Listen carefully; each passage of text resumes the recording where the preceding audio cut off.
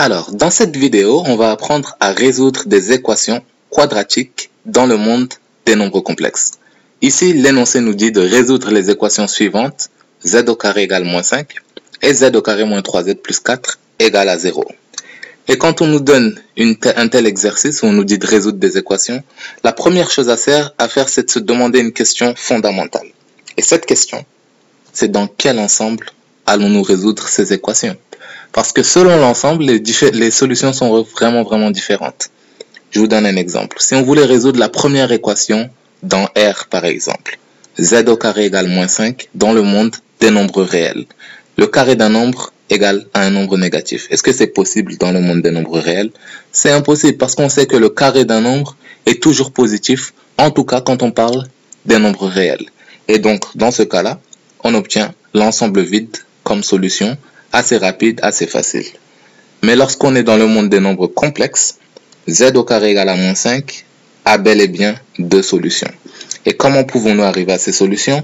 On connaît déjà un carré qui est négatif. Le premier carré négatif, c'est i au carré égale à moins 1, notre premier nombre imaginaire. Donc au lieu de moins 5, on peut réécrire moins 5 comme 5i au carré.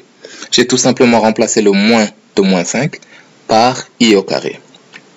Et quand on sait que z au carré est égal à 5i au carré, on peut tout simplement appliquer notre formule pour trouver les racines. C'est tout simplement la racine de 5i au carré, ou bien l'opposé de la racine de 5i au carré. Et on a donc nos deux solutions ici, qu'on peut simplifier. Donc pour la première solution, on va sortir le i de la racine carrée pour obtenir z égale i racine de 5. Et pour la deuxième, on va faire la même chose pour obtenir z égale moins i racine de 5. Et donc on a ici deux solutions. La première, c'est i racine de 5.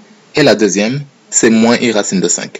Et si on remplace z par i racine de 5 et moins i racine de 5 dans notre équation, on va bel et bien trouver moins 5. Donc, ce qui n'a pas de solution dans R admet deux solutions dans le monde des nombres complexes.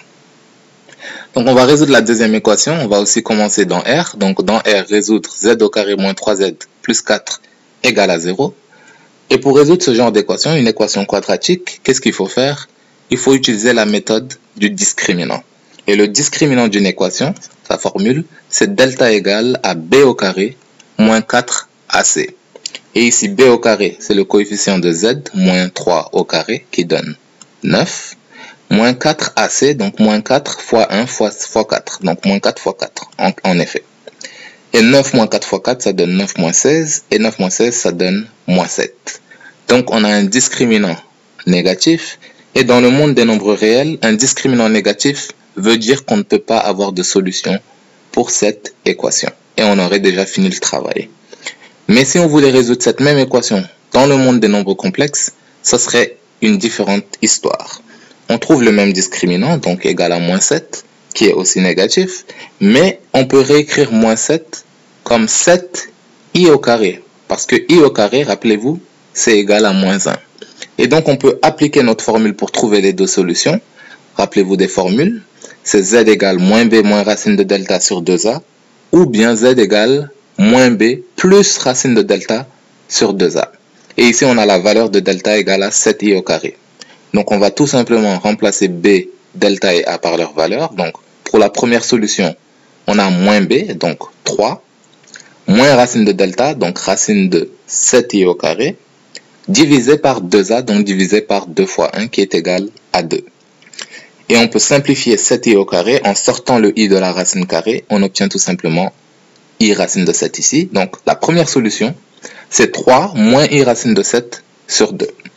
Et la deuxième solution, on fait la même chose, on remplace par sa valeur. B, c'est 3, moins 3. Donc, moins b devient 3. Et delta, c'est 7i au carré. Donc, on va sortir le i de la racine carrée pour trouver 3 plus i racine de 7 sur 2. Donc, une dernière fois, je répète, ce qui n'a pas de solution dans le monde des nombres réels, dans le monde des nombres complexes, admet deux solutions dans tous les cas.